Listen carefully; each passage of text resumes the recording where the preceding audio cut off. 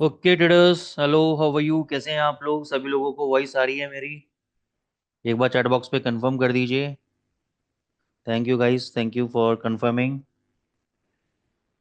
सो कोई भी व्यक्ति ऐसा है जो बुलबुल एकेडमी से कुछ बोलना चाहता है, यहाँ पे कुछ कहना चाहता है, या मैं कंटिन्यू करूँ? Just raise your hands if you want to say something, want to convey any message to the participants.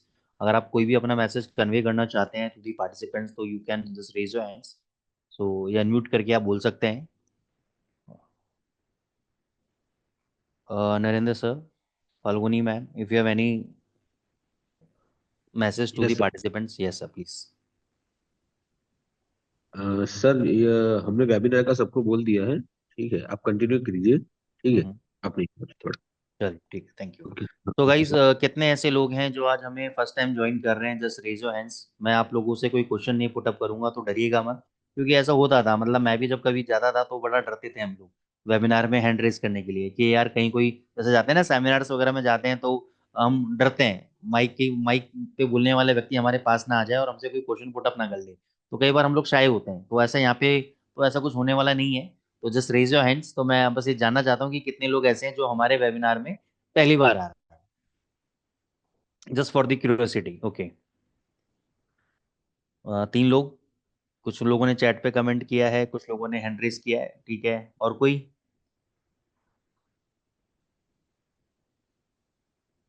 ठीक है, बहुत बढ़िया, बहुत बढ़िया। तो 4-5 लोग हैं जो नए हैं। चलो ठीक है सर, आप अपने हैंड डाउन कर सकते हैं आप। Thank you for responding.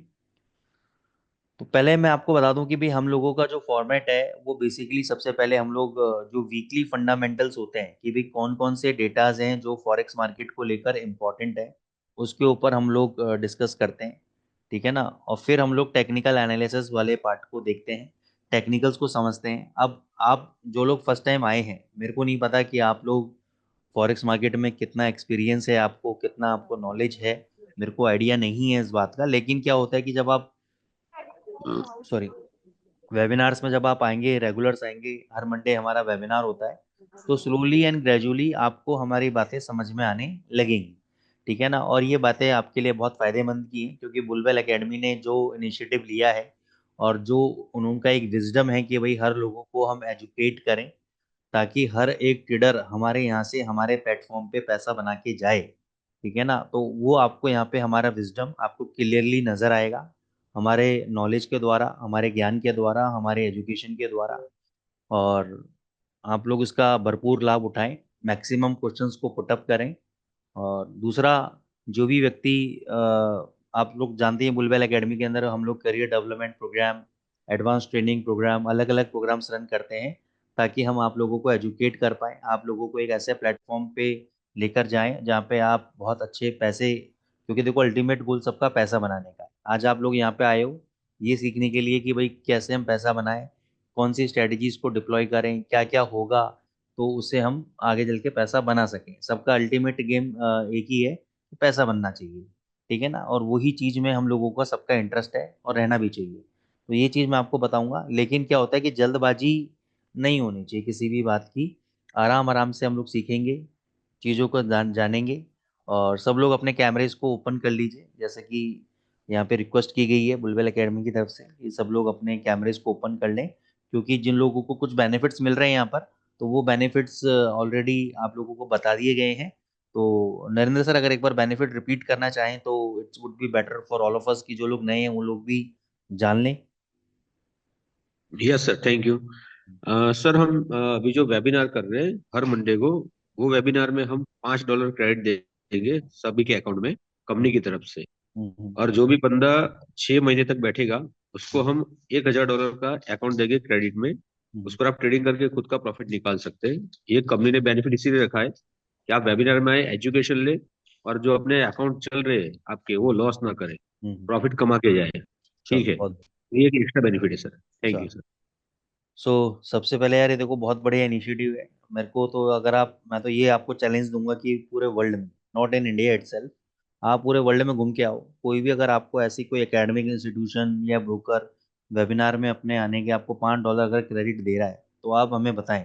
ठीक है ना? तो मेरे को नहीं लगता कि भाई ऐसा कोई आपको स्कीम या और ये स्कीम नहीं है, बेसिकली मैं आपको बोलना चाहूंगा, ये एक आपको एक मोटिवेशन का जरिया है कि आप लोग मोटिवेटेड हो और रेगुलर आए, सीखें और लॉस ना करें एटलीस्ट। क्योंकि हम लोगों ने ये देखा है कि यार मार्केट में लोग आते हैं और मार्केट में लोग लॉस क्यों करते हैं? ग्रीड एंड फियर, डर और लालच के चक्कर में बंदों का लॉस होता है कि जल्द से जल्द पैसा बनाना है, जल्द से जल्द करोड़पति अरबपति मल्टी मिलियनर आदमी बनना है, और उसके चक्कर में वो कहीं का भी नहीं रहता है।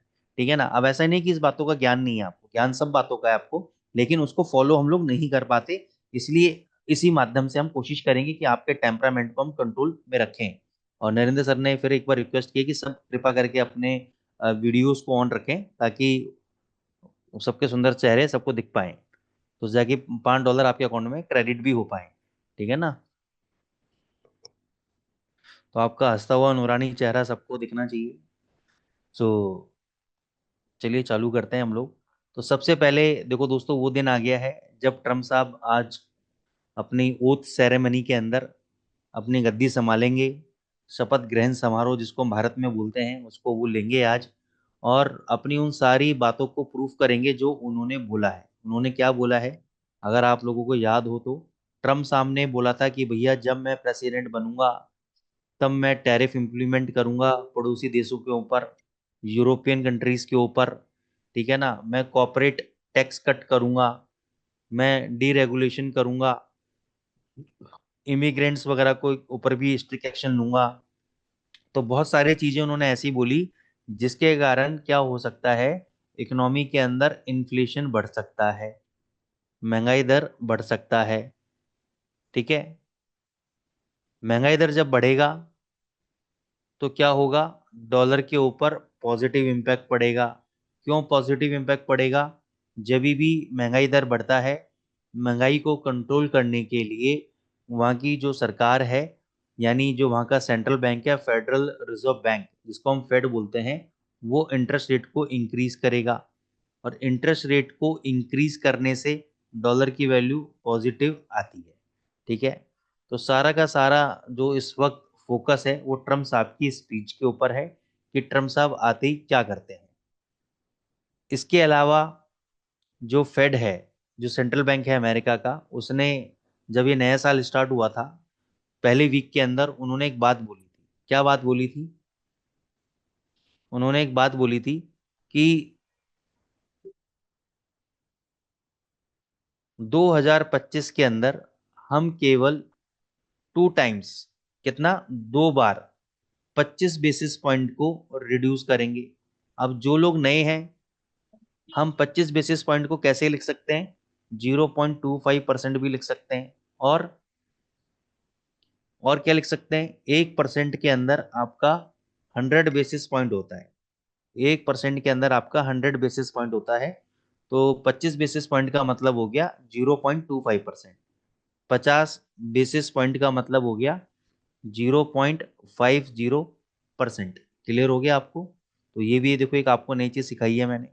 तो अब जो फेड है उसने क्या बोला था कि साल में 2 बार हम 25 बेसिस पॉइंट को रिड्यूस करेंगे। लेकिन एक और चीज है, फेड फंड फ्यूचर्स। ये फेड फंड फ्यूचर्स कभी डिटेल्ड में आपको समझाऊंगा। ये मान के चलो कि एक ऐसा कोई एक्सचेंज है, मान के चलो, जहाँ पे आपके फ्यूचर्स ट्रेडिंग होती है। किसकी ट्रेडिंग होती है? करेंसी फ्यूचर्स की ट्रेडिंग होती है। और उस पे इन्वेस्टर्स ने इस बात की उम्मीद जताई है, according to the Fed fund futures data. उन्होंने ये बोला है कि भाई जो इन्वेस्टिंग कम्युनिटी के लोग हैं, बड़े बड़े लोग हैं, उन्होंने बोला है कि 40 बेसिस पॉइंट का इंटरेस्ट रेट रिड्यूस होना चाहिए दिसंबर 2025 तक। अब देखो यहाँ पे दो बातें हो गई कि जो फेड का खुद का अपना डॉट प्लॉट करके एक मॉडल आता है, उस मॉडल ने प्रिडिक्ट किया है 25 बेसिस पॉइंट रिड्यूस। लेकिन जो वहाँ के बड़े बड़े इन्वेस्टर्स हैं, बैंकर्स हैं, वो क्या बोल रहे हैं जी, नहीं साहब नहीं, 40 बेसिस पॉइंट रिड्यूस होना चाहिए। अब ये कौन सी बात सही है? क्योंकि अगर 25 बेसिस पॉइंट से ज्यादा रिड्यूस होता है इंटरेस्ट रेट तो डॉलर के लिए नेगेटिव है, लेकिन केवल 25 बेसिस पॉइंट ही रिड्यूस होता है तो डॉलर के लिए ये पॉजिटिव है और डॉलर ऊपर रह सकता है। ठीक है? अब इसके बाद थोड़ी सी दोबारा मैं थोड़ी देर में करूंगा। With all that in mind, investor may be eagerly awaiting Trump inauguration speech for more clues. अब सारी बातों को मद्देनजर रखते हुए जितने भी इन्वेस्टर हैं वो इस बात पे नजर गड़ाए बैठे हैं कि ट्रम्प साहब अपनी इनॉग्रेशन स्पीच के अंदर क्या बोलेंगे। तो जितने भी इन्वेस्टर हैं कुछ ना कुछ क्लू लेने के लिए, कुछ ना कुछ क्लू लेने के लिए उसको वेट कर रहे हैं कि भाई स्टेटमेंट आए और हम लोग कुछ ना कुछ बोलें। ठीक है ना। ऑप्शन मार्केट होता है एक फॉरेक्स के अंदर भी, जैसे हमारा एनएससी के अंदर होता है वैसे फॉरेक्स में भी ऑप्शन मार्केट होता है। उसमें भी काफी ज्यादा इम्प्लाइड वॉलेटिलिटी हमें देखने को मिली है और वहां पे प्राइजेस काफी ऊपर की तरफ हमें जाते हुए नजर आए हैं। ठीक है। तो डॉलर के साथ और क्या हो सकता है उसमें भी मैं अभी डिटेल में आपसे बात करूंगा। अब यहाँ पे एक चीज समझो, चलो मैं आपको बता ही देता हूँ क्या होता है। 4-5 नवंबर को आपका इलेक्शन होता है अमेरिका का, और ट्रम्प साहब जीत जाते हैं। उससे पहले 30 सितंबर तक अगर आप देखोगे $100 के आसपास डॉलर इंडेक्स आपका ट्रेड कर रहा होता है। सारी चीजें नेगेटिव होती हैं, डेटास खराब आ रहे होते हैं। ठीक है ना। इस बात की पूरी उम्मीद लगाई जाती है कि भाई इंटरेस्ट रेट को और ज़्यादा घटाया जाएगा इस साल भी अगले साल भी। ठीक है। तो डॉलर बिल्कुल नेगेटिव होता है। लेकिन अचानक से 1 अक्टूबर से 4 अक्टूबर के बीच में बाइंग आना चालू हो जाती है, और ट्रम्प साहब के जीतने से पहले डॉलर इंडेक्स को ऊपर की तरफ लेकर जाया जाता है। अब ये लेके जाने वाले लोग कौन है, ये ऊपर लेके जाने वाले लोग कौन है? वही इकोनॉमिक डेटा खराब है, फेड बोल रहा है कि हम इंटरेस्ट रेट को रिड्यूस करेंगे, तो ये ऊपर ले जाने वाले लोग कौन है? ये है स्मार्ट प्लेयर्स, बड़े बड़े बैंक्स, बड़े बड़े इंस्टीट्यूशंस, जो बोलते कुछ और हैं करते कुछ और हैं। उन्होंने क्या बोला, उन्होंने दुनिया को बोला कि भाई डेटा खराब है, इकोनॉमिक डेटा खराब है, स्थिति खराब है मार्केट की, डॉलर हो सकता है और ज़्यादा गिर जाए। तो अचानक से भैया बाइंग क्यों कर रहे हो फिर तुम लोग? तो उन्होंने क्या कर दिया, हमेशा दुनिया को पिक्चर दिखाते हैं दूसरी और खुद कुछ करते हैं दूसरा काम। तो उन्होंने बाइंग करना चालू किया डॉलर इंडेक्स के अंदर और तेजी खेलना चालू किया। क्यों तेजी खेलना चालू किया? क्योंकि इनको पहले से पता था ट्रम्प साहब आने वाले हैं। दूसरा, उनको पता था ट्रम्प की जो पॉलिसीज है वो डॉलर के लिए फेवरेबल है, तो डॉलर ऊपर जाएगा। ठीक है। अब डॉलर क्या कर सकता है, डॉलर ऊपर जाएगा। तो डॉलर क्यों ऊपर जाएगा? ट्रम्प साहब टैरिफ इंपोज करेंगे, ट्रम्प साहब कॉर्पोरेट टैक्स रेट कट करेंगे, ट्रम्प साहब इमिग्रेशन को करेंगे, ट्रम्प साहब ये करेंगे वो करेंगे, तो सब डॉलर के लिए पॉजिटिव था। ठीक है।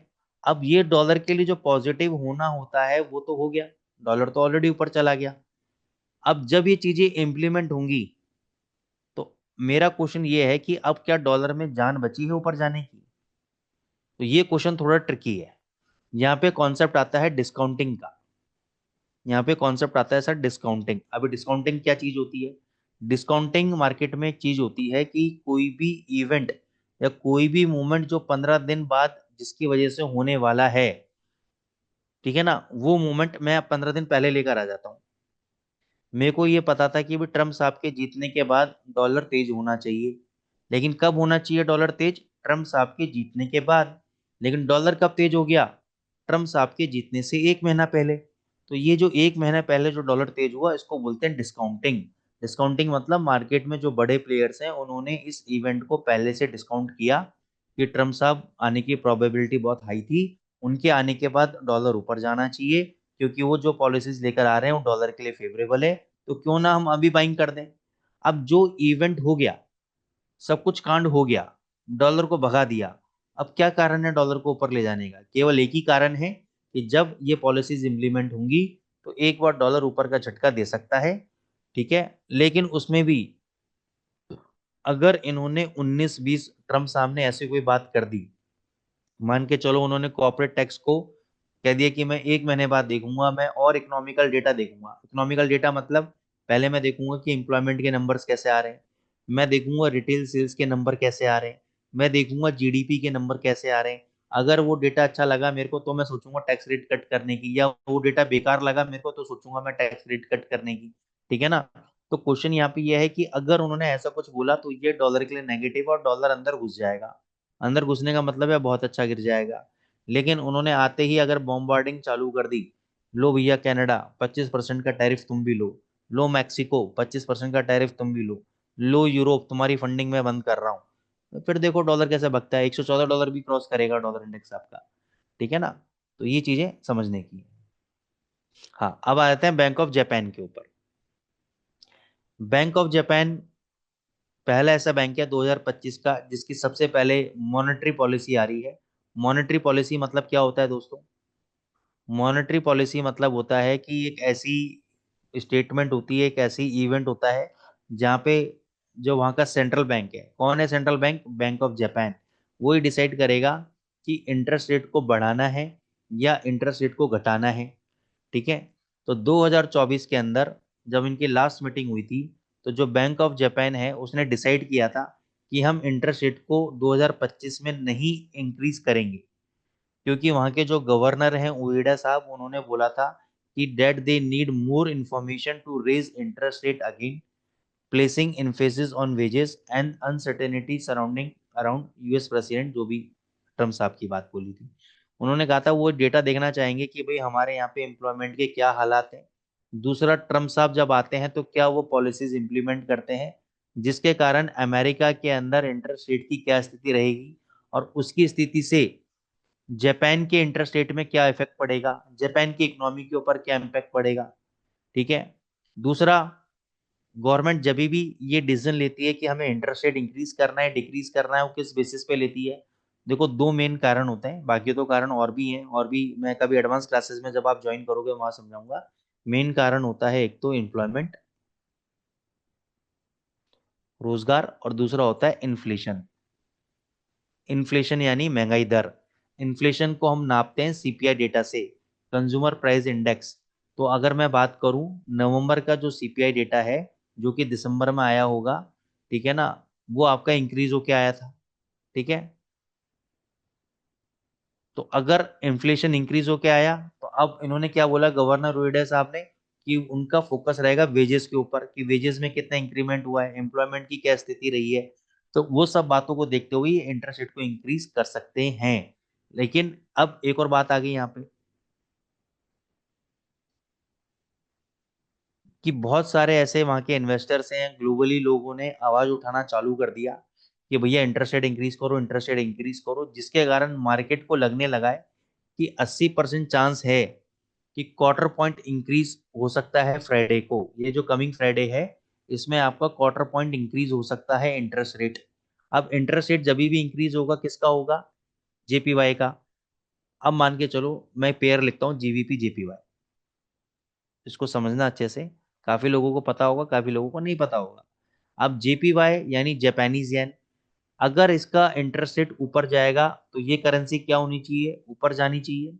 जीबीपी क्या होना चाहिए? नीचे आना चाहिए। यानी पूरी करेंसी जो है जीबीपी जेपीवाई वो नीचे आनी चाहिए।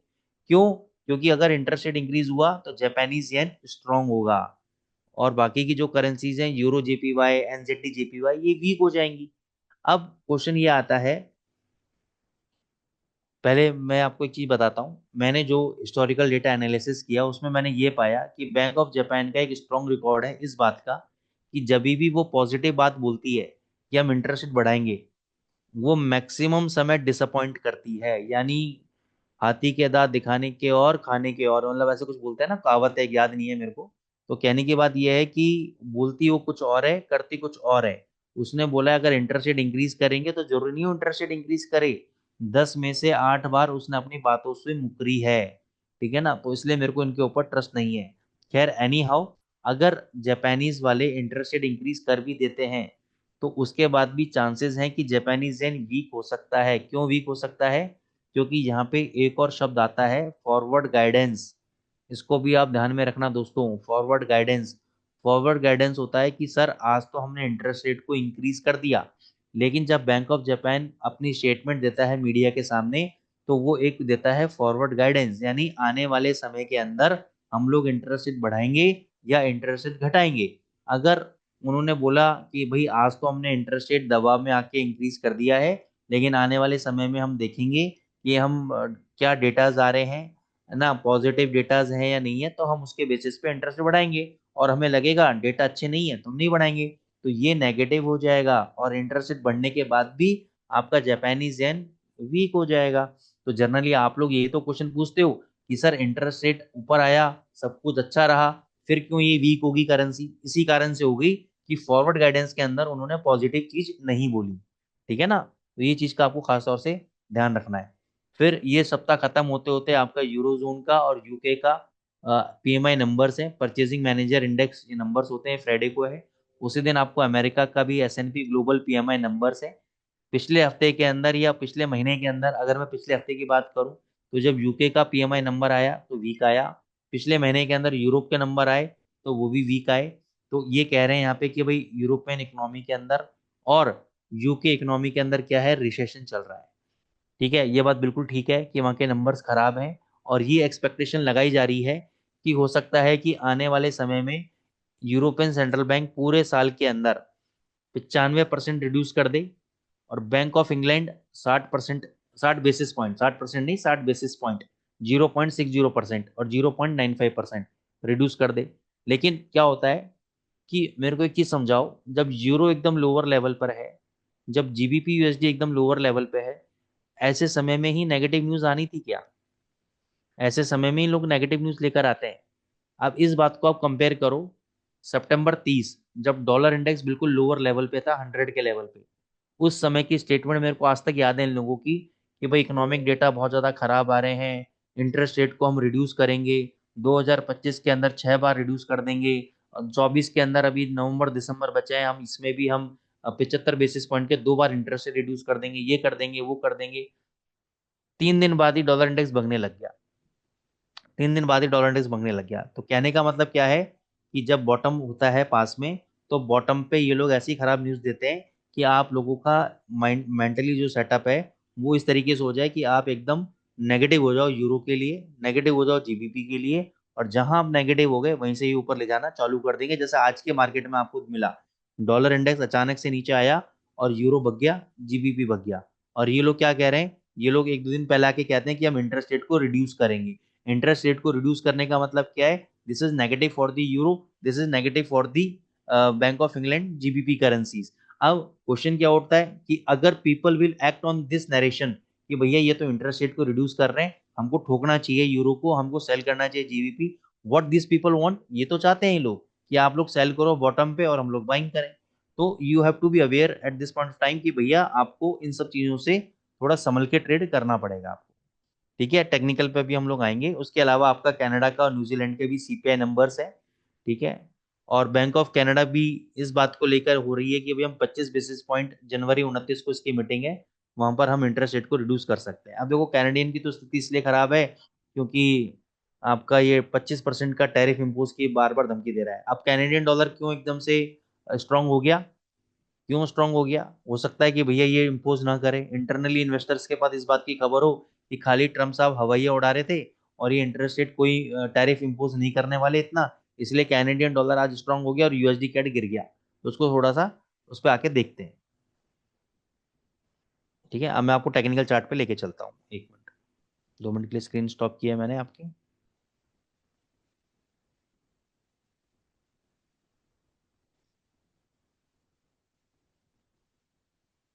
हाँ, सौरभ भाई बिल्कुल आएंगे इस पे भी कि अब क्या करना है।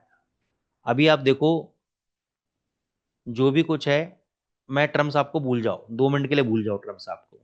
ठीक है ना, ट्रम्प साहब आएंगे, बोलेंगे, करेंगे, जो करना है उनको करना है, सन की आदमी है, वो करता रहेगा काम। अब हम आते हैं इकोनॉमिकल डेटा के ऊपर। इकोनॉमिकल डेटा क्या बोल रहे हैं? इकोनॉमिकल डेटा पॉजिटिव है, GDP data positive, employment data positive अब तक। मैं ये नहीं कह रहा आगे नहीं होंगे, आगे पॉजिटिव रहेंगे, मैं कह रहा हूँ अब तक पॉजिटिव है। तो अब तक डॉलर में कोई घबराने की बात नहीं है। अब ये जो कैंडल बना है, बड़ा रेड कैंडल, ये एक टेक्निकल करेक्शन था जो काफी समय से ड्यू था। अब इसी चीज को कंपेयर करो, ये देखो इस वाले डेटा को, जब आपका डॉलर इंडेक्स गिर रहा था ये वाला। तो जनरली होता क्या है कि हम जैसे जो छोटे इन्वेस्टर्स होते हैं, 200 पिप की मूवमेंट में घबरा जाते हैं कि अरे यार तो डॉलर तो 200 पिप गिर गया, अब गया ये, अब गया ये, कहीं जाने वाला नहीं है, ये टेक्निकल करेक्शन है, ये वापस ऊपर आ जाएगा। ठीक है ना, ये वापस ऊपर आ जाएगा। जनरली दिक्कत क्या होती है, आपने मेरे से मान के पूछ लो, यहाँ पे सुबह मॉर्निंग में पूछा सर डॉलर इंडेक्स क्या लग रहा है, मैंने बोला सर स्ट्रांग लग रहा है। आपने कहा, सर ने बोला स्ट्रांग लग रहा है तो अच्छी बात है, लेकिन फोन रखने के बाद शाम तक ये 200 पॉइंट गिर गया। आपको कह रहे यार सर तो तेजी बोल रहे थे, ये तो मंदे में आ गया। अरे भाई ओवरऑल मैं अभी भी बोल रहा हूँ तेज है, आप समझे नहीं मेरी बात को। आपका नजरिया है अब ये घंटे वाला कि ये घंटे में क्या लग रहा है, वो मेरे को नहीं पता है घंटे में क्या लग रहा है, मैं ओवरऑल स्ट्रक्चर बता रहा हूँ कि स्ट्रांग है। ठीक है ना, ये इसको 2 सेकंड लगेंगे ऊपर भगने में, ठीक है, तो फंडामेंटल्स में अभी कोई चेंजेस नहीं आए हैं, ट्रम्स आपके स्टेटमेंट में अभी कोई चेंजेस नहीं आए हैं, टेक्निकल करेक्शन है, पुराना प्रीवियस ये गैप था, गैप इसने फिल कर दिया है।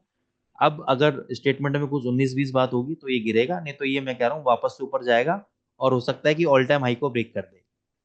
ठीक है, ऑल टाइम हाई को ब्रेक कर दे। मेरे लिए डॉलर इंडेक्स अभी तक पॉजिटिव है। ये वीक कब हो सकता है? जब ये $108 के नीचे 2 दिन कम से कम ट्रेड करे, $108 के नीचे कम से कम 2 दिन ट्रेड करे, तब मेरे लिए वीक है, अदरवाइज ये मेरे लिए वीक कैंडिडेट नहीं। यूरो यूएसडी पे आ जाओ आप। ठीक है, गोल्ड पे भी आएंगे सर अभी। यूरो यूएसडी पे आ जाओ। यूरो यूएसडी मैंने पिछली बार आपको बताया था कि भाई यहाँ पे देखो एक मॉर्निंग स्टार पैटर्न बना रहा है, इनसाइड डे कैंडल पैटर्न बनाया है, इसके हाई के ऊपर बाय बनता है, बाय ट्रिगर हो चुका है।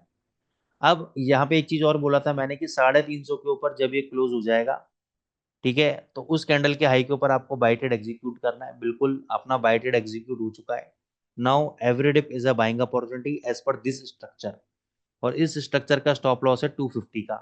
250 का अगर एसएल कटा तो ये स्ट्रक्चर वापस से वीक हो जाएगा, नहीं तो अगर ये 350 आता है तो भी हम बायर हैं, 300 आता है तो भी हम बायर हैं। अब फर्क देखना, देखो इसने यहाँ पे जहां से पहले ये गिरा था यूरो यूएसडी, उसी जोन पे इसने रेजिस्टेंस लिया है आकर। ठीक है ना, यहाँ पे स्मार्ट मनी कॉन्सेप्ट वाले इसको लिक्विडिटी स्वीप बोलेंगे या जो भी बोलेंगे, ठीक है ना, उस पर मैं जाना नहीं चाहता अभी। ठीक है, बिल्कुल। लेकिन अब एक चीज को समझो, इस वाले मूवमेंट में जहां से रिजेक्शन लिया है इसने, ये लिक्विडिटी स्वीप हुई, और इस वाले मूवमेंट में डिफरेंस है। क्या डिफरेंस है? कि ये जो मूवमेंट आपका शार्प मूवमेंट आया था, एक साथ आया था, एक वी शेप रिकवरी में गया था। ये वाला जो मूवमेंट है, ये एक कंसोलिडेशन के बाद क्या है, कंसोलिडेशन के बाद, यानी यहाँ पे बहुत ज्यादा मंथन हुआ है, बहुत ज्यादा बाइंग सेलिंग हुई है ऊपर नीचे, और स्मार्ट प्लेयर्स ने एक्यूमुलेट किया है यहाँ पे सौदे को, तब जाके ब्रेकआउट दिया है। तो ये एक स्थिर ब्रेकआउट माना जा सकता है। ठीक है ना, अनलेस एंड अनटिल, जब तक ये 250 का लेवल ब्रेक नहीं हो, every dip is a buying opportunity, और ये वाला रेजिस्टेंस आपको टूट सकता है। ठीक है, तो मैं अभी तक बायर हूँ विद लेवल्स। हम लॉजिक्स के ऊपर बाद में काम करेंगे, हम लेवल्स के ऊपर काम करते हैं कि भाई जब तक 250 नहीं टूटता हम इसको बाय करके चलेंगे, और 550 600 तक का टारगेट देखेंगे। अगर 250 टूटा तो हम वीक हो जाएंगे, वीक कैंडिडेट माना जाएगा, फिर हम देखेंगे कि क्या करना है। लेकिन जब तक 250 नहीं टूटता तब तक हम स्ट्रांग है। जीबीपी यूएसडी मैं अभी भी स्ट्रांग नहीं हूँ, क्योंकि मैंने एक आपको चीज बोली थी कि जब तक ये 2300 के ऊपर बंद नहीं होता, अगर आज का भी ये वाला कैंडल देखोगे, ये देखो यहाँ पे इसने रिजेक्शन लिया, 2300 के ऊपर जाने से मना कर दिया, 2300 के ऊपर क्लोजिंग नहीं दिया। जब तक ये 2300 के ऊपर कोई भी 2 आवर्स का कैंडल क्लोज नहीं देगा, मेरे लिए स्ट्रॉन्ग कैंडिडेट नहीं है। जब ये 2300 के ऊपर क्लोज दे देगा और उसका हाई ब्रेक हो जाएगा, तब मैं 2500 तक के लिए सोचूंगा। जब तक ये 2300 के ऊपर क्लोज नहीं होता, आप पैनिक में मत आना, आप जल्दबाजी में आके बाय मत कर लेना, और ब्लंडर मत कर लेना। देखो यहाँ पर भी इसने ये प्रीवियस रेजिस्टेंस को ब्रेक करने की कोशिश की थी, इसका हाई ब्रेक नहीं हुआ था, यहाँ से नीचे आ गया था। तो जब तक ये 2300 के ऊपर क्लोज नहीं देगा, तब तक ये फ्रेश ब्रेकआउट मेरे लिए नहीं है। ठीक है सर, 2300 के ऊपर ब्रेकआउट तो ये 2500 तक जा सकता है। एयूडी यूएसडी ने बहुत बढ़िया यहाँ पे मूवमेंट दिया। यहाँ पे इसने inverted head and shoulder pattern बनाया, inverted head and shoulder pattern का ब्रेकआउट दिया, नीचे आया, चैनल से ब्रेकआउट दिया, सपोर्ट लिया, मल्टीपल चीजें उसको पॉजिटिव बता रही हैं। एयूडी यूएसडी थोड़ा सा नीचे आता है, 20 पिप नीचे यहाँ से करंट लेवल से, तो आप बाई ट्रेड लेके चलो। ठीक है, 6130 का एसएल दो, ये वाले जो हेड है इसका एसएल देके चलो। थोड़ा सा नीचे आता है बाई ट्रेड लो, और ये 6400 तक के आप टारगेट इसमें ले सकते हो। ये तभी पॉसिबल है जब डॉलर इंडेक्स नीचे आएगा।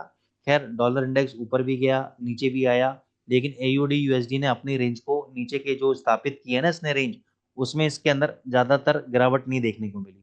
इसका मतलब ये स्ट्रॉन्ग कैंडिडेट है इस वक्त। ठीक है ना, तो आप बाय ट्रेड ले सकते हो उसके अंदर। यूएसडी कैड अच्छा खासा गिरा, लेकिन ये देखो मजेदार वाली बात, कि यहाँ से जहां से पहले इसने लिक्विडिटी ग्रैब की थी, ग्रैब करके ऊपर गया था, सेम लेवल पे आप देखोगे यहाँ पर वापस से इसने रिजेक्शन लिया, और ये ऊपर जाने की तैयारी कर रहा है, यानी इसके नीचे इसने क्लोजिंग नहीं दिया। इसके नीचे इसने क्लोजिंग नहीं दिया, तो आप कहीं पर भी वापस डिप आता है 4300 के आसपास, आप इसको बाय ट्रेड एग्जीक्यूट करो, ये वाले लो का एसएल लो और टारगेट अपने थोड़ा सा ऊपर तक के रखो, ये आपको प्रॉफिट बना के देगा। ठीक है।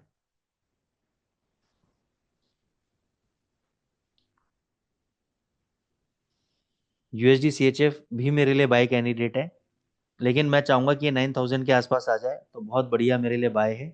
यहाँ पे मैं बाय करूंगा, 8950 पे पोजीशन को ऐड करूंगा, 8900 पे भी पोजीशन को ऐड करूंगा और आराम से बैठा रहूंगा और इसमें अच्छा खासा प्रॉफिट लूंगा। ठीक है। तो इसको 9000 तक आने का वेट करो, मैं तो कहता हूँ बिल्ड लगा के छोड़ दो, प्रॉफिट अपना बनेगा आपका। गोल्ड में देखो कोई भी मूवमेंट नहीं आई, डॉलर इतना ऊपर नीचे हो गया, ये वहीं के वहीं टस के टस खड़ा हुआ है। ठीक है। अब इसमें कहानी क्या है, 50 के जो मिड लाइन है आरएसआई की, उसको ये होल्ड कर रहा है, तो मेरे यहाँ से आप करंट लेवल पे बाय ट्रेड एग्जीक्यूट करो, ये वाला जो लो है इसका एसएल दे दो। ठीक है। टारगेट 2750, 2760, 70 तक के टारगेट लेके चलो। पहले ट्रेड ये वाला लेवल कट जाता है, डबल क्वांटिटी से शॉर्ट मारो, ये वाला हाई का एसएल दो और टारगेट अपने 2660, 2640 तक के टारगेट। तो बहुत सिंपल स्ट्रेटेजी है, करंट लेवल पे बाय करो, ये आपका स्टॉप लॉस है, इसके नीचे सेल करो, ये आपका स्टॉप लॉस रहेगा और टारगेट आपके 2660, 2640 तक के आपके टारगेट इंटैक्ट रहेंगे गोल्ड के अंदर। गोल्ड मैंने आपको पहले ही बोला है 2025 के अंदर दिसंबर तक 3100 से 3200 डॉलर तक जा सकता है। जैसे मैंने 2025 की प्रेडिक्शन की थी 2600 डॉलर की, उसके ऊपर आ गया है ये दिसंबर तक की। तो वो आपको स्टार्टिंग में बोल दिया था मैंने पिछले साल, अभी भी बोल रहा हूँ कि ये नीचे ज़्यादा से ज़्यादा 2400 डॉलर तक जाएगा और ऊपर ये 3100 से 3200 डॉलर तक जा सकता है। ठीक है। इसके अलावा स्पॉट क्रूड पे आ जाते हैं।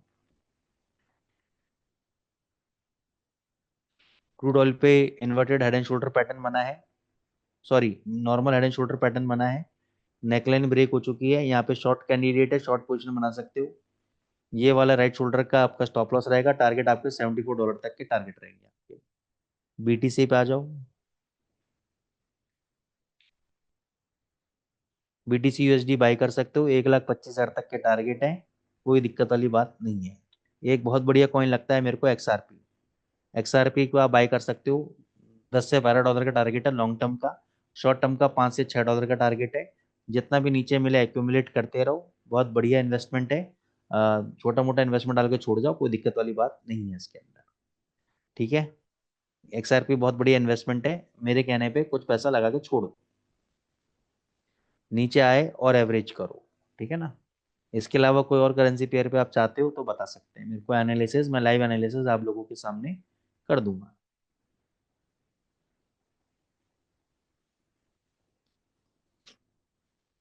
कोई भी आपको फंडामेंटल्स में दिक्कत है, कोई भी आपको टेक्निकल लेवल समझने में दिक्कत है, या किसी करेंसी पेयर में आप चाहते हो कि सर मेरी तो पोजीशन इसमें फंसी हुई है इसका बताओ, तो वो भी मैं लाइव एनालिसिस आप लोगों के सामने कर दूंगा। नहीं तो फिर हम लोग टेक्निकल ट्रेडिंग स्ट्रेटेजीज के ऊपर चलेंगे।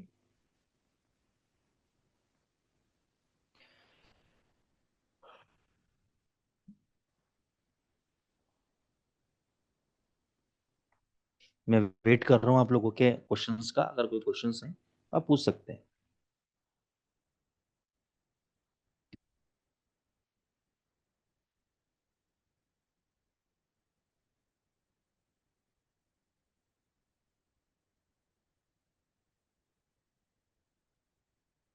ठीक है।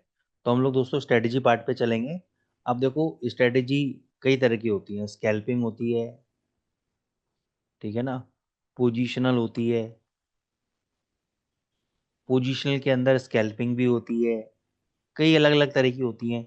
कई बार हम क्या करते हैं, बड़ा ट्रेंड देखते हैं, बड़ा ट्रेंड देखा कि बुलिश है,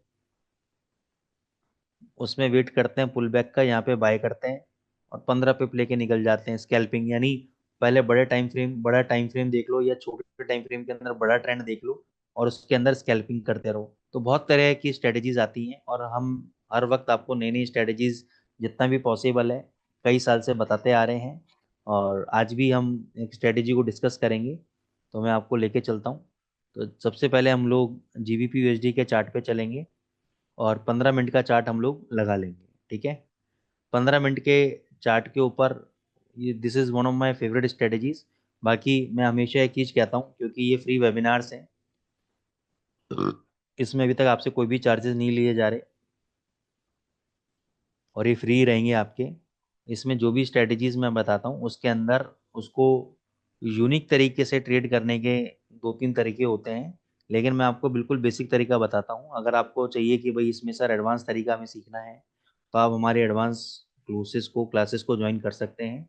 और ये सर जब तक हम हैं आपको सिखा रहे हैं और आपको ऐसी ऐसी चीज़ें बताएंगे कि जो आपको वर्ल्ड में कोई भी नहीं बता पाएगा। क्यों? उसके पीछे मैं इतनी बड़ी बात क्यों बोलता हूँ, क्योंकि इसके पीछे हमारा एक बहुत बड़ा एक्सपीरियंस है, 17-18 साल का डीप रिसर्च है। ठीक है ना, बहुत हमने लाइफ में उठक पटक देखी है मार्केट्स के अंदर, बहुत साइकिल्स देखी हैं हम लोगों ने, और बहुत डीपली साइकोलॉजी को समझा है, रिस्क मैनेजमेंट को समझा है। इसलिए जो बातें हमने अपने ट्रेडिंग करियर के अंदर देखी हैं, समझी हैं, तो वो चीज़ें हम आपको रूबरू कराएंगे और आपको समझाने की कोशिश करेंगे। क्योंकि पैसा राइट साइकोलॉजी से, राइट माइंडसेट से बनता है, स्ट्रेटेजी तो एक छोटा सा पार्ट है उसका। और हम लोग क्या कहते हैं कि सर स्ट्रेटेजी मेन पार्ट है, जो कि एब्सोल्युटली रॉन्ग है। ठीक है। अब आपको करना क्या है, 15 मिनट का चार्ट लेना है जीबीपी यूएसडी का, एक्सपोनेंशियल मूविंग एवरेज ईएमए आपको टाइप करना है। ईएमए आपने टाइप किया, moving average exponential. Moving average exponential आपने लिखा, इसकी सेटिंग में गए, यहाँ पे आपने लेंथ जो डालनी है मूविंग एवरेज की, वो 2000 की लेंथ डालनी है। 2000 पीरियड की हम मूविंग एवरेज को यूज करेंगे। और यहाँ पे एक इंडिकेटर डालेंगे हम लोग, फ्रमा। ठीक है, ये वाला, ये वाला इंडिकेटर हम लोग प्लॉट करेंगे बाय बिग वैल्यू का। ये वाला इंडिकेटर हम लोग ने प्लॉट कर लिया सर।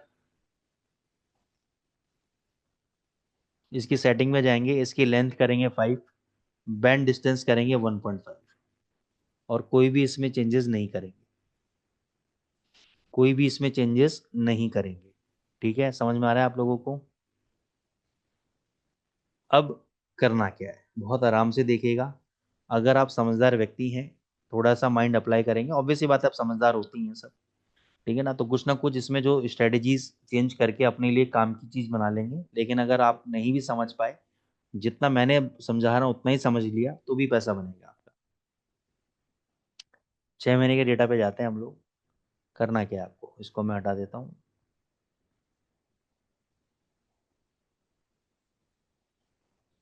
ये देखो, थोड़ा सा पीछे चलते हैं जून पे। इसके देखो 3 बैंड्स हैं, 1, 2 और 3, ये पूरा बैंड है, जिसकी एक लोअर लाइन है, एक अपर लाइन है। अब आपको करना क्या है कि जब ये तीनों लाइनें इस 2000 पीरियड की मूविंग एवरेज के नीचे आ जाए, तो कुछ भी नहीं करना है, शांति से बैठना है आप। यहाँ पे आपको ये कंफर्मेशन मिलेगा कि ये जो ट्रेंड है आपका डाउन ट्रेंड में कन्वर्ट हो चुका है। डाउन ट्रेंड का मतलब नीचे का ट्रेंड। अब नीचे का ट्रेंड है, पता लग गया मेरे को भैया, बहुत बड़ी खुशखबरी है, तो नीचे का ट्रेंड है, अब मुझे शॉर्ट पोजीशन बनानी है। कैसे बनानी है? यहाँ पे आपकी सुविधा के लिए एक सिग्नल दिए हुए हैं, ये देखो, ये डाउन का सिग्नल है। तो ये जो ऊपर वैल्यू आ रही है ना आपकी, ये जो आपके ऊपर वैल्यू आ रही है, आप जो देख रहे हो यहाँ पे 1.269, ये बेसिकली क्लोजिंग वैल्यू है। हमें क्लोजिंग वैल्यू नहीं चाहिए, हमें इस कैंडल का लो वैल्यू चाहिए। इस कैंडल का लो वैल्यू है 1.2698। ठीक है ना, और एक्चुअली इसका जब लो कटेगा तब हमें शॉर्ट पोजीशन लेनी है। यहाँ पे आप देखोगे, यहाँ पे लो वैल्यू आएगी और यहाँ पे क्लोजिंग वैल्यू आएगी, डिफरेंस देखना कितना सा है। देखो, क्लोजिंग वैल्यू है 1.26988, पांचवा डिजिट 8 है, और लो वैल्यू कितनी है 1.2698। तो जैसे इसका लो कटेगा, हम शॉर्ट पोजीशन लेंगे, 15 से 20 पिप लेके निकल जाएंगे। ये देखो, नीचे लो कितना लगाया, 2669, 15 से 20 पिप मिल गए, निकल गए। फिर दोबारा यहाँ पे इसने बोला जी शॉर्ट कर दो, दोबारा हमने शॉर्ट किया। अब मान के चलो यहाँ पे इस कैंडल पे हमने शॉर्ट कर दिया और शॉर्ट करते ऊपर भग गए, जाने दो, डरने की जरूरत ही नहीं है। अब ये देखो, ये सारे बैंड्स ऊपर आ गए। अब यहाँ पे आपका जो डर है वो एक्सट्रीम लेवल पे होगा, क्योंकि आपने यहाँ बेचा है और यहाँ से ऊपर आ गया, अब आपको लॉसेस तो बड़े लग रहे हैं। लेकिन जब तक यहाँ पे बाय का सिग्नल नहीं आएगा, ये सारे बैंड ऊपर रहने चाहिए, और बाय का सिग्नल नहीं आएगा तब तक हम शॉर्ट पोजीशन पे बने रहेंगे। ये देखो आ गया नीचे, डरना ही नहीं है, डरना नहीं है बस। ये देखो, जब तक आप मेरे साथ हो डरने की कोई जरूरत नहीं है आपको। ये देखो शॉर्ट बन गया यहाँ पे, फिर यहाँ पे दोबारा शॉर्ट बन गया, फिर दोबारा ऊपर गया, यहाँ पे शॉर्ट बनाया, सीधी मूवमेंट, नीचे आ गए प्राइजेस, ये देखो बस 2-4 बार। अब ऐसा नहीं है कि जब आप ये स्ट्रेटेजी पे ट्रेड कर रहे हो तो आप नेकेड चार्ट नहीं देखोगे, आपको 2 घंटे का चार्ट साइड बाय साइड लगा लेना है और वहां पर भी उसकी मूवमेंट को देखना है। ऐसा नहीं कि बिल्कुल बॉटम पे आके आप सेल कर रहे हो, नहीं, ऐसी गलती मत करना। ये देखो जितना आप इस मूविंग एवरेज के नजदीक में जब सिग्नल बनेगा, जितना आप इसके नजदीक में सिग्नल लोगे उतना ही आपको ये प्रॉफिटेबल बनेगा। तो देखो आगे नीचे प्राइजेस, अब देखो ये सारे बैंड्स ऊपर चले गए, इसने अपने कलर बदल लिए, कलर बदल लिए। ये देखो यहाँ पे बाय ट्रेड दिया, इसके हाई के ऊपर हम बाय लेंगे, सीधी मूवमेंट। ये देखो यहाँ पे बाय दिया, सीधी मूवमेंट, यहाँ पे दोबारा बाय दिया, सीधी मूवमेंट। अब इतनी ऊपर मैं बाय करने में इंटरेस्टेड नहीं हूँ, क्यों? क्योंकि यहाँ से और इस मूविंग एवरेज के प्राइस का डिफरेंस कितना है, बहुत बड़ा है। तो जितना ये नजदीक में आएगा ना, यहाँ पे अगर ये बाय देगा तो मैं बाय करने में इंटरेस्टेड हूँ, इतना ऊपर बाय करने में इंटरेस्टेड नहीं हूँ। चाहे ऊपर भग गया हो, मैं नहीं लूंगा ट्रेड। यहाँ पे देखो, यहाँ पे चाहे ले लूंगा मैं, ठीक है, यहाँ पे मैं ट्रेड ले लूंगा। ये देखो प्रॉफिट आ गया। अब एक चीज बता देता हूँ, मान के चलो आपने यहाँ पे बाय लिया, हालांकि इसका हाई कटा नहीं है, मान के चलो कट गया, आपने बाय ले लिया और ये नीचे गिर गया, आने दो। जैसे ही सारे बैंड नीचे आ जाएंगे और यहाँ पे सेल सिग्नल मिलेगा, उसके लो के नीचे आप यहाँ पे एग्जिट करके डबल क्वांटिटी से शॉर्ट हो जाना और आराम से बैठे रहना। ये देखो सीधी मूवमेंट, मिल गया प्रॉफिट। और यहाँ पे री एंट्री लेते रहना, यहाँ पे 10-10 पिप का गेम खेलते रहना, शॉर्ट करते रहना, 10-10 पिप का गेम खेलते रहना। और जो मेन पोजीशन है उसमें जब तक लॉस कवर ना हो तब तक बने रहना। देखो कितना बड़ा मूवमेंट दिया, फिर यहाँ पे देखो बाय दिया, सारे बैंड्स ऊपर आ गए, यहाँ पे बाय ट्रेड दिया, मैंने बाय ट्रेड ले लिया। अब देखो बाय ट्रेड लेने के बाद ज्यादा ऊपर नहीं गया, प्राइजेस नीचे गिर गए, यहाँ पे सपोर्ट लिया, प्राइजेस ऊपर वापस। डरना नहीं है, बस डरोगे तो मरोगे।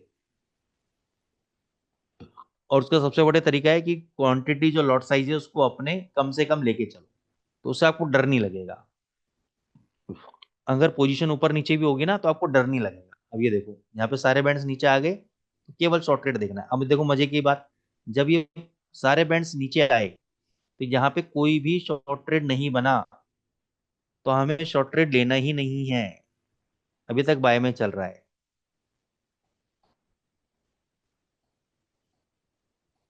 अभी तक बाय में चल रहा है। यहाँ पे देखो नेगेटिव आया, अब वेट करो पुल बैक का। ये देखो यहाँ पे शॉर्ट दिया, शॉर्ट ले लो, सीधी मूवमेंट। ये देखो नीचे घुसता जा रहा है, ये देखो, ये देखो नीचे घुसता जा रहा है। बस सारे सेल सिग्नल लेते रहो, साथ में पिवट पॉइंट भी लगा लो, और जब ये सिग्नल और पाइवेट पॉइंट्स भी आपको सपोर्ट करें, ठोक दो उसको। बहुत सिंपल रणनीति है। ये देखो अभी तक शॉर्ट चल रहा है, शॉर्ट पोजीशन लेते जाओ, प्रॉफिट बनाते जाओ। अभी देखो यहाँ पे दिया, यहाँ पे बाय दिया, यहाँ पे बाय लिया, 15 से 20 पे बुक किया, प्रॉफिट ले लिया बाहर। फिर देखो दोबारा बाय दिया, यहाँ पे बाय लिया, 15 से 20 पिप लिया, प्रॉफिट लिया बाहर। अब यहाँ पे शॉर्ट दे दिया, फिर यहाँ पे शॉर्ट दे दिया, यहाँ पे शॉर्ट ले लो। ये देखो आगे नीचे। फिर डराने के लिए एक बार प्राइस आपके अगेंस्ट में जाते ही जाता है, आप वहां पर डर के मारे डबल से बाय कर लोगे तो मर जाओगे। करो, लेकिन सिग्नल के साथ बाय करो। देखो कितना नीचे आ गया, ठीक है। अब यहाँ पे मेरे को बाय नहीं करना है, अब यहाँ पे कहीं सेल मिलेगा तो मैं सेल ट्रेड लूंगा इसका, ठीक है ना। तो ये आप यूरो यूएसडी में भी इस्तेमाल कर सकते हो, जीबीपी यूएसडी में भी, गोल्ड में भी करके देख लो, मैंने हालांकि करके नहीं देखा है, ठीक है ना, गोल्ड में भी करके देख लो। ये देखो गोल्ड में कहाँ बाय दे दिया था, यहाँ बाय दे दिया था, यहाँ पे बाय दे दिया था। फिर ये देखो ये सारे बाय के ट्रेड्स हैं, ये सारे बाय के ट्रेड्स हैं, ये सारे बाय के ट्रेड्स हैं। फिर देखो यहाँ पे बाय दिया, यहाँ पे बाय दिया, यहाँ पे ऊपर बाय दिया, अभी बाय दिया। ये देखो इसमें बाय दिया, इसका हाई नहीं ब्रेक हुआ है अभी, इसका हाई ब्रेक नहीं हुआ है अभी, ठीक है ना। तो इस तरीके से आप ट्रेड करो। कोई भी अगर आपकी क्वेरीज है guys, you can ask me. I hope आपको आज की स्ट्रेटेजी पसंद आई होगी। कोई भी व्यक्ति हमारे एडवांस कोर्सेज को करना चाहता है और चाहता है कि मैं इस मार्केट के अंदर अपने करियर स्टैब्लिश करूं और एक लॉन्ग टर्म तरीके से कि कैसे फंड मैनेजर ट्रेड करते हैं, कैसे मैं और भी इन स्ट्रेटजीज को एल्गो में कन्वर्ट कर पाऊँ, तो वो भी मैं आपको बिल्कुल बताऊंगा। चैट जीपीटी की मदद से या अन्य किसी मदद से आप ट्रेडिंग व्यू के अंदर अपने सिग्नल कैसे बनाएं, कैसे उसको आप एक स्ट्रेटेजी के अंदर कन्वर्ट करें, तो उसका एक 100% तो देखो बहुत एडवांस चीज हो जाएगी। ठीक है ना, तो उस में मैं आपको एक आइडिया दे दूंगा, एक रास्ता दिखा दूंगा मैं आपको। बाकी और भी strategies, thank you Rajesh sir, और भी दुनिया भर की स्ट्रेटेजीज पिछले कई सालों से हम बताते आए हैं बुलबुल एकेडमी के प्लेटफॉर्म पे। तो सारी स्ट्रेटेजीज को अगर आप करोगे तो मैं गारंटी दे सकता हूँ 100%, लिख के गारंटी दे दूंगा कि यार आप नुकसान होगा ही नहीं आपको। अब नुकसान होने का मतलब ये नहीं है कि सर आज मैंने आपकी स्ट्रेटेजी पे ट्रेड लिया मेरा ऐसे लीड हो गया, बताओ आप तो कह रहे थे नुकसान होगा नहीं। वो तो होते रहेंगे, लेकिन कोई भी महीना आपका नेगेटिव नहीं जाएगा। ठीक है ना, कोई भी महीना आपका नेगेटिव नहीं जाएगा। थैंक यू जिग्नेश भाई, जिगर पटेल भाई, राजेश सर फॉर अप्रिशिएटिंग। और जितने भी नए पार्टिसिपेंट्स हैं एटलीस्ट अपने फीडबैक जरूर दें कि आपको कैसा लगा। थैंक यू जयंती प्रजापति जी। और रैली में हम इतनी जो मेहनत करके आप लोगों के लिए एक से एक स्ट्रेटेजीज ला रहे हैं, इसको आप रेस्पेक्ट करें, इसको आप समझें चीज़ों को। Thank you Kapil ji. और अगर आप हमारे साथ जुड़ के लाइव मार्केट के अंदर करना चाहते हैं तो वो भी मैं आपको पूरा का पूरा गाइडेंस दूंगा। थैंक यू हिरेन भाई, थैंक यू मितुल परमार जी। तो इसको आप बेनिफिट इसका उठाएं आप। अमित भाई कोई बात नहीं, अगर आपकी गोल्ड पोजीशन 2688 पे स्टक हो गई है तो आप उसको होल्ड करें अभी। मैं आपको रिकमेंडेशन देता हूँ कि 2725 अगर ब्रेक करता है तो वहां पे एक बार आप हैच कर लेना। ठीक है ना, और उस हैच को हम बाद में खोलेंगे। ठीक है, उस हैच को हम समय देखते हुए खोलेंगे। वो मेरे से पूछते रहना, मैं बता दूंगा कि कब कब खोलनी है हैच पोजीशन। लेकिन एक बार 2725 जाए तो हैच जरूर कर लेना। और अगर नहीं जाता है तो वेट करना, नीचे आपको निकलने का मौका देगा ही। Thank you Mir ji, thank you Saurabh ji, thank you Mohammed Hussain ji, SP ji, thank you. Thank you participant, जब आप इतना अप्रिशिएट करते हैं, इतना प्यार दिखाते हैं, तो मेरा मन करता है कि और भी आपको अच्छी अच्छी प्यारी प्यारी चीजें बताऊं। थैंक यू निखिल भाई, good night, thank you Narendra sir. हाँ, 2 मिनट के लिए मैं म्यूट करना चाहूंगा कि कोई भी नरेंद्र सर आप में से या कोई भी फाल्गुनी मैम आप में से कुछ बोलना चाहता है, रिगार्डिंग कोई मैसेज देना चाहता है फ्रॉम द बुलबुल एकेडमी, आप लोग दे सकते हैं। थैंक यू मातिन जी, बड़े सुनो बाद नजर आए अजमेरी जी। थैंक यू पटेल जिगर भाई। Thank you X Y ji. Thank you Rahul भाई।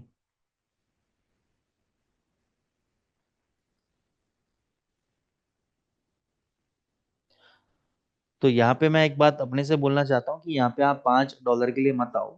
ठीक है ना, वो तो आपको कंपनी दे रही है, ठीक है, मिल रहा है, लेकिन यहाँ तक अगर आप रुकते हो तो नॉलेज मेन है।